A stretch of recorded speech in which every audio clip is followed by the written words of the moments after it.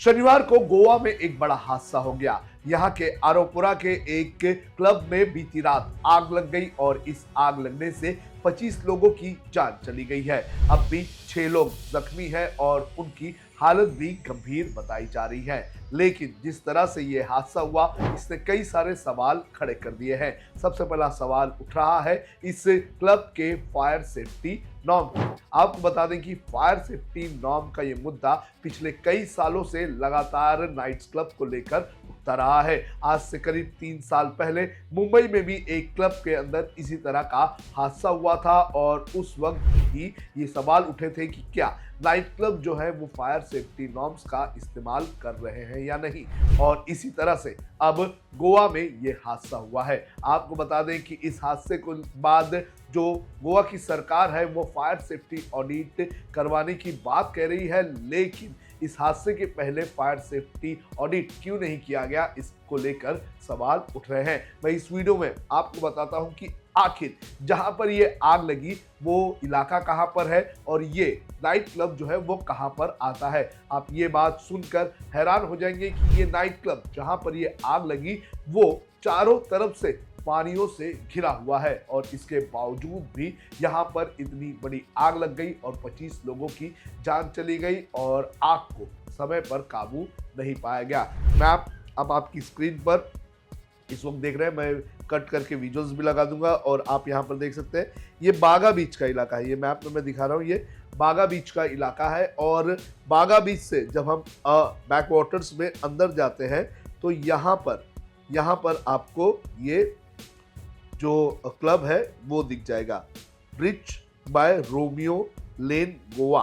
यहाँ पर आप देख सकते हैं और इस मैप में आप देख सकते हैं कि किस तरह से जो ये क्लब है ये बीच में है। इसे आने जाने के लिए एक छोटा सा लकड़ी का ब्रिज बनाया गया है और चारों तरफ इसके पानी ही पानी नजर आ रहा है। यानी कि अगर फायर सेफ्टी नॉर्म्स ना होते और दूसरे विकल्पों का भी वहां पर इंतजाम पहले से किया जाता तो शायद से इस आग को कंट्रोल कर लिया जाता और लोगों की जान नहीं जाती। ये मैप बता रहा है कि ये जो क्लब है, ये जो bridge by Romeo Lane Goa है, ये चारों तरफ से, यहाँ पर आप देख सकते हैं कि चारों तरफ से ये पानियों से लगा हुआ है, सॉल्ट पैन जो है उससे लगा हुआ है। और अगर वहां पर फायर सेफ्टी के इंतजाम किए होते तो यहाँ से जो पानी है वो बड़े पैमाने पर जहाँ पर आग लगी हुई है वहाँ पर जो है मारने का काम किया जाता तो कुछ हद तक आग जो है वो काबू में पाई जा सकती थी, लेकिन उस पर काबू नहीं पाया गया। ये जो आप देख सकते हैं ये बैक वाटर्स वाला इलाका है। जब आप बागा बीच में आप गोवा जाते हैं, घूमने जाते हैं, तो आप जब बागा बीच से निकलकर आप अंजुना की ओर जाते हैं तो उस वक्त ये आपको यहाँ पर ये लग जाएगा। देखिए यहाँ पर ये बागा बीच है।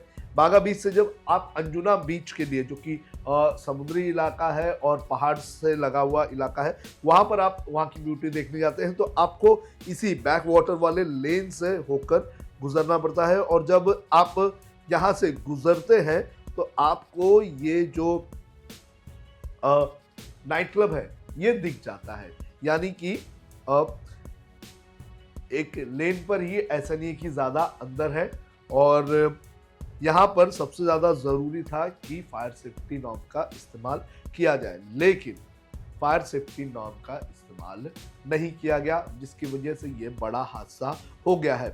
आपको बता दें कि इस रेस्टोरेंट्स के जो फोटोज़ आए हुए हैं, जो गूगल पर हमें दिख रहे हैं, वो दिखा रहा है कि किस तरह से बहुत ही लैविश तो ये था ही, लेकिन इसके अंदर ज़्यादा इस्तेमाल लकड़ियों का किया गया था।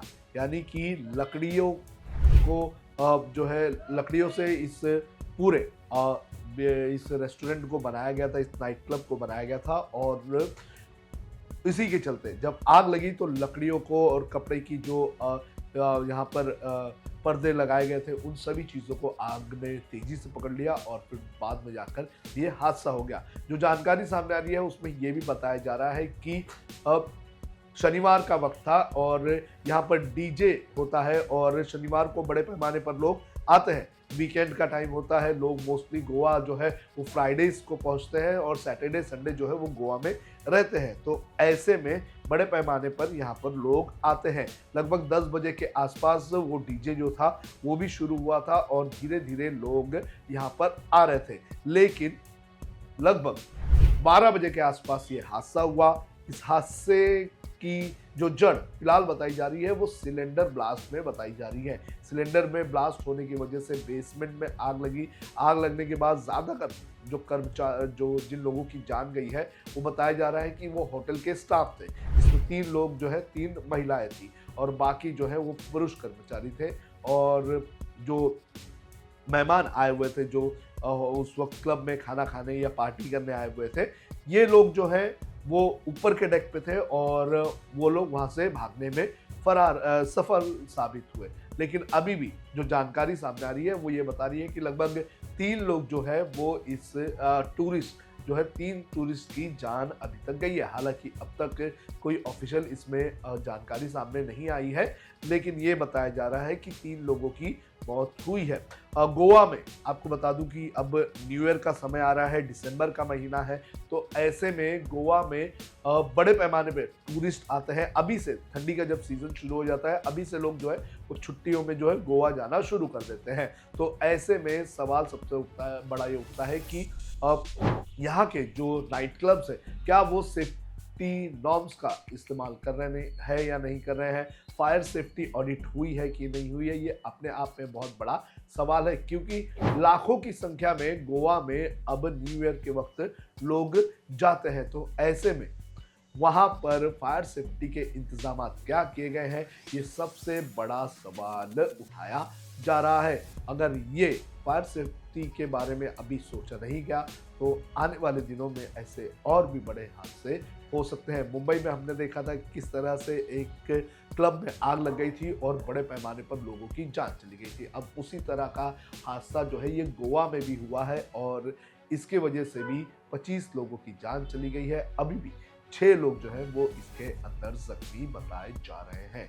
तो ये अपने आप में सरकार, स्थानीय पुलिस और स्थानीय जो विधायक है उनके ऊपर सवाल उठ रहे हैं कि क्यों अपने इलाके में इन लोगों ने जो ये रेस्टोरेंट चल रहे हैं उनके फायर सेफ्टी ऑडिट करवाए कि नहीं।